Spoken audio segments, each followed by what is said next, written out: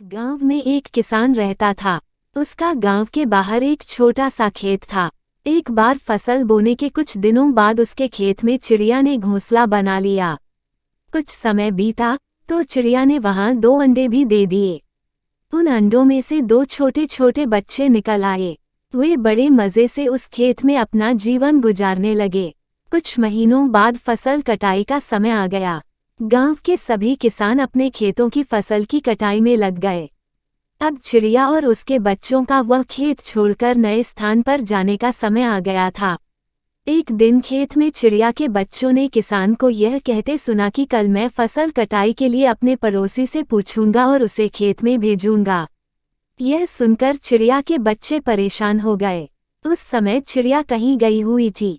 जब वह वापस लौटी तो बच्चों ने उसे किसान की बात बताते हुए कहा, माँ, आज हमारा यहाँ अंतिम दिन है। रात में हमें दूसरे स्थान के लिए यहाँ से निकला होगा। चिड़िया ने उत्तर दिया, इतनी जल्दी नहीं बच्चों, मुझे नहीं लगता कि कल खेत में फसल की कटाई होगी। चिड़िया की कही बात सही साबित हुई।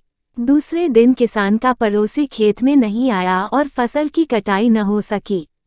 शाम को किसान खेत में आया और खेत को जैसे का तैसा देख बुदबुदाने लगा कि ये पड़ोसी तो नहीं आया। ऐसा करता हूँ, कल अपने किसी रिश्तेदार को भेज देता हूँ। चिड़िया के बच्चों ने फिर से किसान की बात सुन ली और परेशान हो गए। जब चिड़िया को उन्होंने ये बात बताई तो वह बोली, तुम लोग चिंता मत करो, आज रात हमें जाने की जरूरत नहीं है। मुझे नहीं लगता कि किसान का रिश्तेदार आएगा।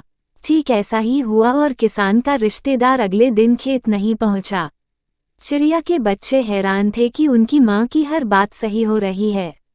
अगली शाम किसान जब खेत आया तो खेत की वही स्थिति देख बुदबुदाने लगा कि